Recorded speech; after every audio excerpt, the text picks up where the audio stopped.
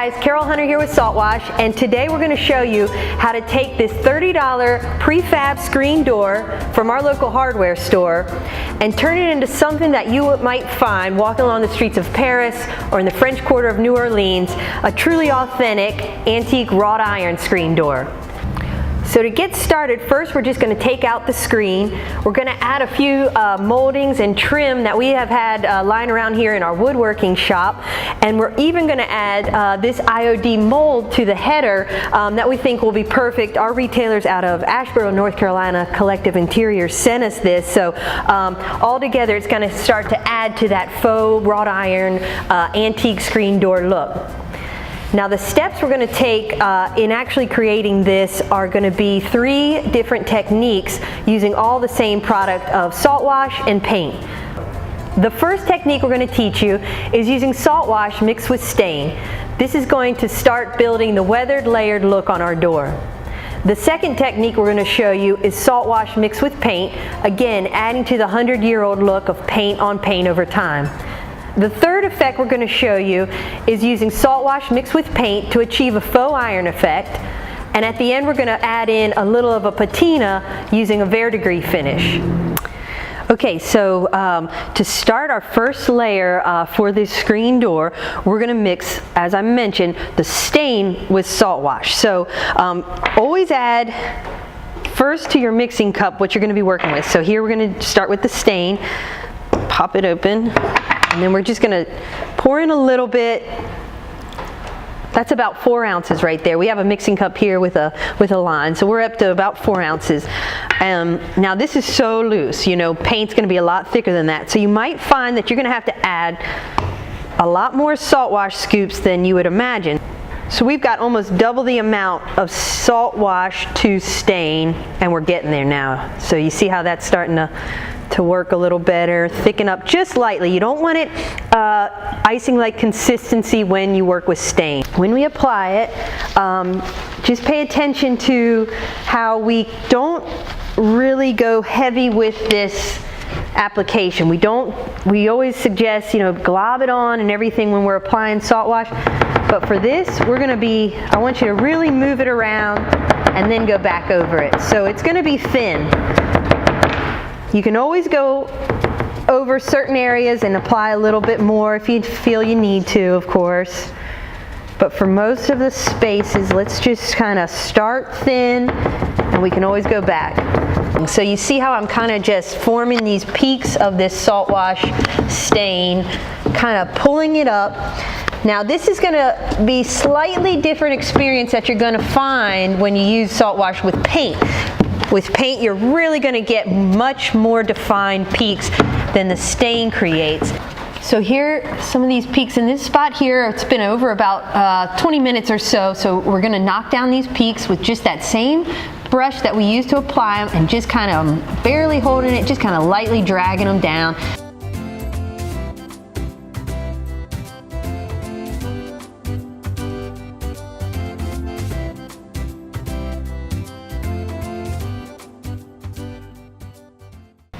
All right, well we're back. So we let this dry and kind of just took a little break. It did take a little longer, but I think we're ready to go and start that second application now. And this second application, again, like I mentioned in the beginning, is going to be our Saltwash and paint mixture.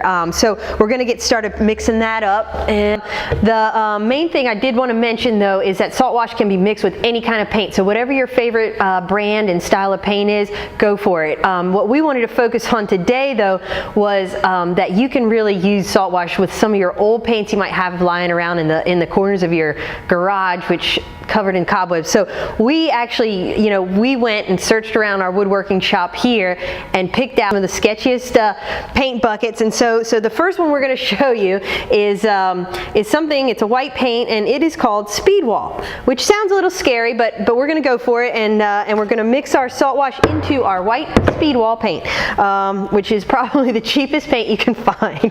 So here we go. We're going to start with the paint in first into our mixing cup, because it makes it so much easier to actually, oh, that paint is old. Here we go. It's all right. All right. So we poured in about 12 ounces of our white paint, and we're just going to gradually add in the salt wash to that until you get it icing-like. And I don't normally measure, so and I know most of you DIYers and painters and artists and everybody, you know, sometimes you just fly by the seat of your paint pants. So we are just going to go for it and just kind of continually add the salt wash in until you get it icing-like. So it's a little runny. Let's just go for one more scoop. Again, it was about 12 ounces of paint I had started with, and I'd say that's about maybe 7 or 8 ounces of salt wash. So not quite 1-to-1 on this, but that's getting kind of closer, and it's a little runny. Maybe let's go for a little more. And as it sits out and you're working on your project, especially if it's a warmer day, it might dry a little up on you, get a little thicker than you might like, and if that happens, just add more paint to your mixture and it'll start working again. Again, you can save this mixture too if you don't use it all, and just put a lid on your cup or a plastic bag around it, anything like that, and that's good. Right there, I think, is a good spot I think we can work with right there. You could do it thicker if you like, but you know, you'll start to get your own preference. So I'm going to grab my paintbrush and we'll get started with the application. All right, so we're going to just go ahead and start. Now we've got this short handle paintbrush. Is pretty nice to use so your wrist doesn't get tired, but any kind of paintbrush is fine, chip brushes, whatever you like to use, and our theme of the day is old and messy paint cans, so let's use an old and messy paintbrush. And the application, as you see, just like the stain application, is globbing it on, nice glob right there, and just kind of keep working it by pulling up the peaks of your paint and salt wash mixture. So I'm not putting a lot on. You don't need a lot. You'll find after you finish your project and you sand through at that final stage that even those little peaks that you're pulling up are really going to make a difference and be enough of that layered kind of look. It'll give it plenty of layers, so you don't have to go really heavy with it.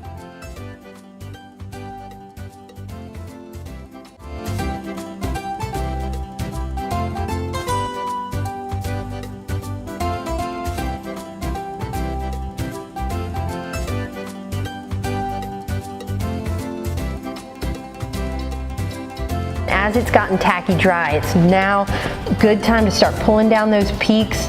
Just kind of drag your paintbrush, the same one you had, and just pull those peaks down so they're not so well defined.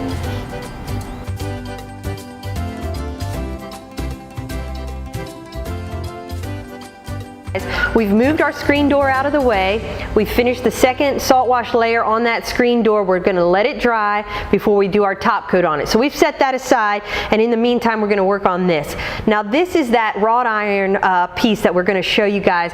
This is a piece of plywood that we cut out here at our woodworking shop, but you can really find something similar to this online. There's lots of companies that offer wooden inserts for furniture and you know, anything you could want to use it for, but again, we're going to use ours to kind of really recreate that old French wrought iron screen door effect, and we're going to do that with just some paint. So the two layers of paint that we're going to work with are a dark gray mixed with salt wash and a brown mixed with salt wash. Together those are going to kind of create that wrought iron effect, and then the whole top coat is going to be covered in a metallic silver. We're going to use spray paint on that and cheat a little bit because we like progress and we like to knock it out.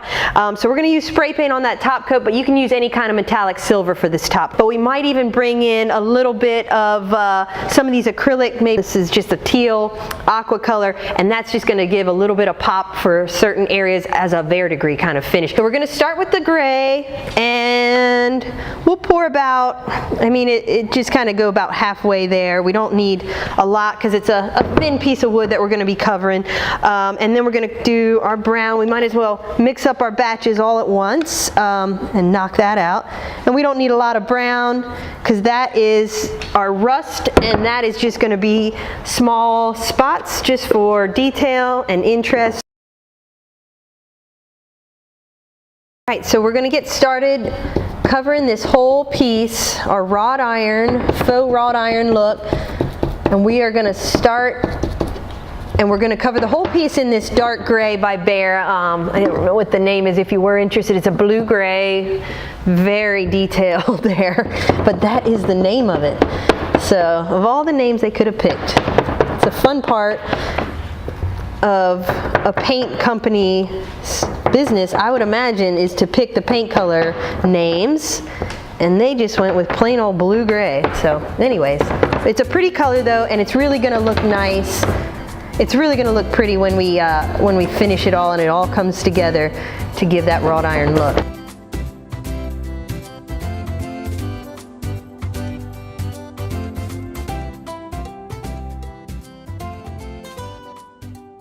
You can see we mixed actually this batch up a little bit slightly different than those first paints. This is really actually a lot thicker, but we kind of went a little thicker because iron, old iron, that wrought iron, it has that real bumpy and, you know, really weathered and lumpy look to it. And we wanted to really accentuate it with our iron look here. So our faux iron is really getting some heavy layers as we go across all this wood surface that we have.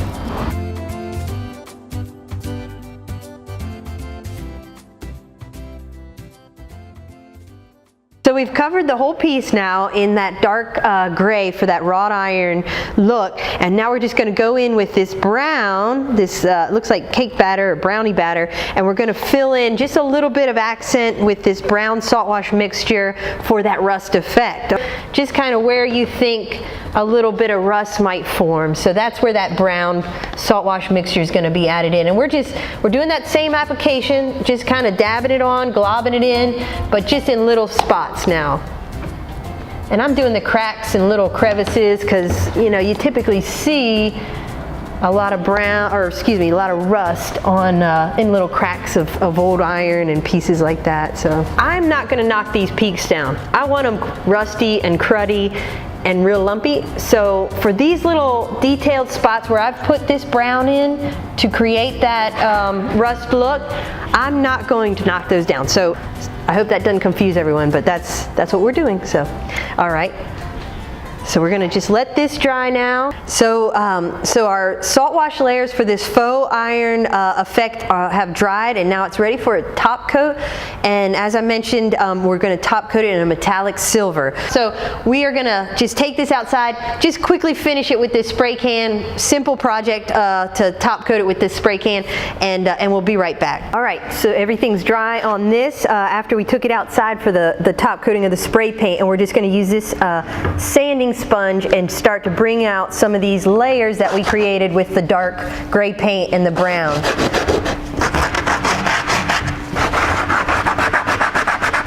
And you can start to see these really start to come through.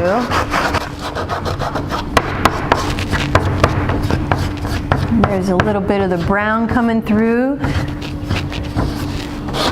And what we're actually going to do is even bring out the electric sander so that we can pull through some more of these dark gray and brown tones coming through the top coat here.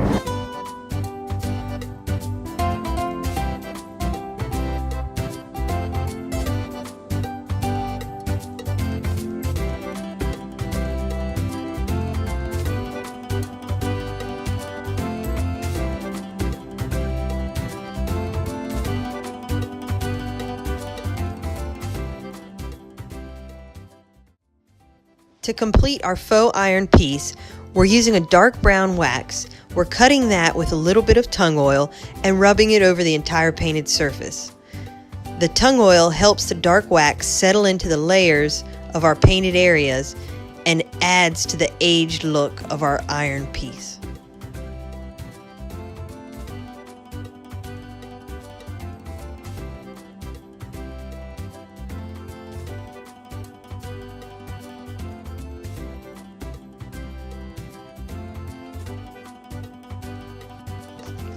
We wanted to take the aged look one step further and create a verdigris patina on our faux iron.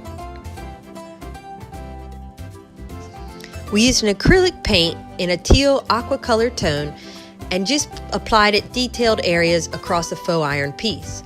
The wax, which we had previously applied, actually acted to our advantage by only allowing the paint to settle in small cracks and layers over the surface.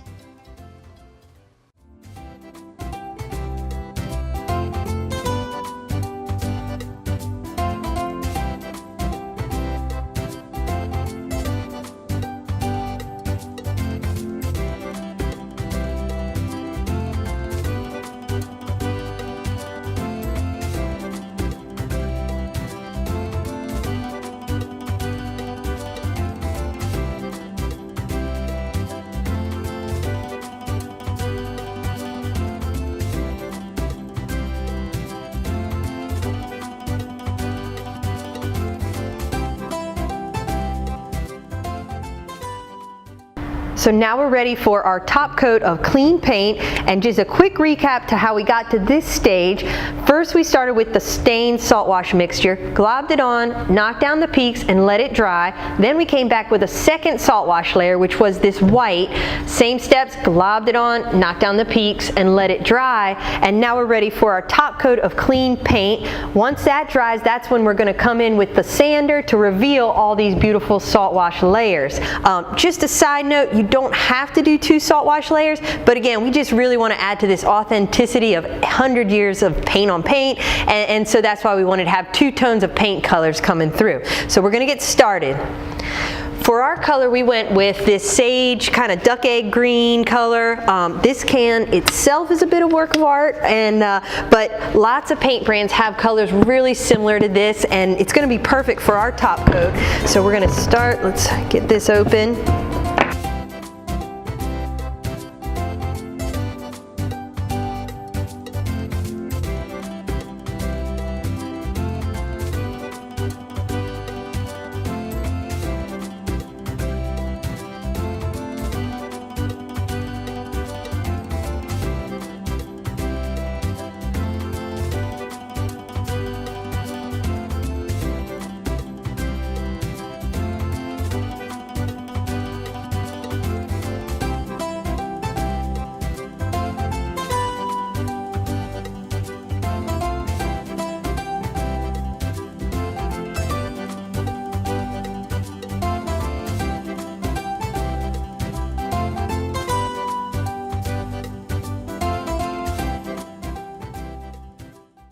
We let that top coat of paint totally dry, and now we're ready for the final stage, which is the sanding down to reveal those Saltwash layers. We're going to use a sanding sponge and also bring in an electric sander. So we're going to get started with that, and you'll see the best is to just kind of gradually start out. We like to find some of the finer details where, such as here, we had that IOD mold, and just kind of bring little pieces of that out, and you'll see you can, as we kind of zoom in here,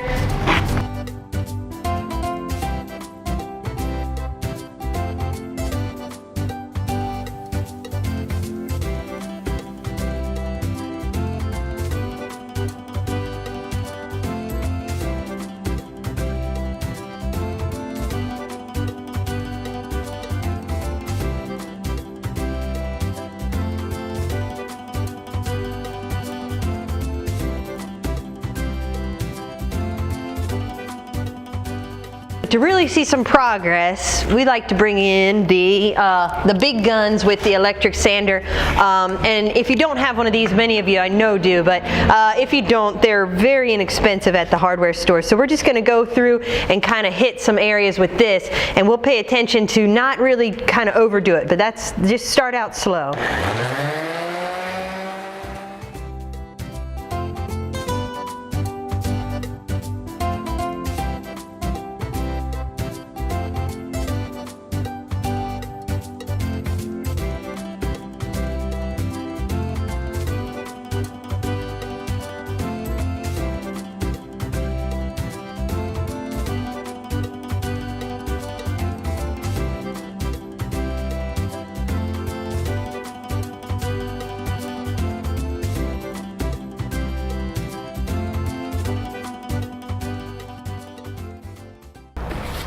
All right, so we finished the sanding stage of the door, and now we're going to go back over everything with this dark wax like we did on that faux iron. We're going to use the tung oil to cut it and help this wax kind of settle in all the cracks again of these paint layers. And this is just simply for adding age to this door. So the detail in the wood right here is a great spot to really add that dark wax, but then come back with that oil and help that wax settle in all those pretty little lines of the wood. So as you wipe it off, it's going to stay in that detail and really make it pop.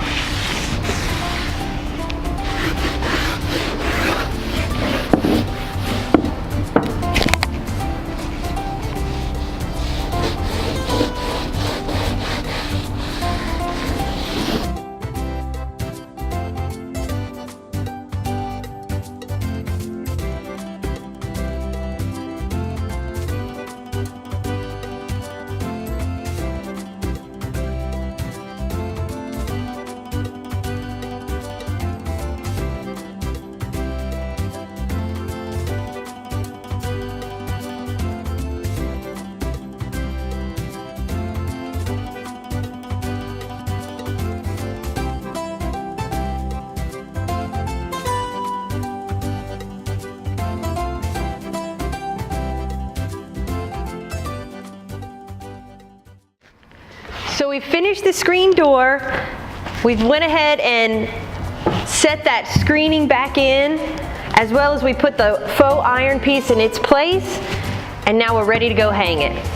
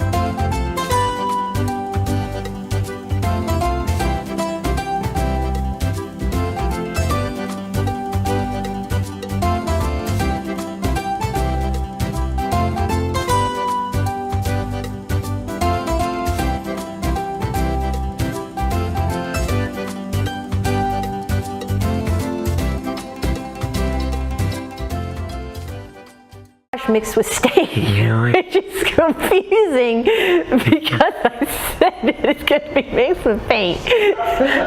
Okay.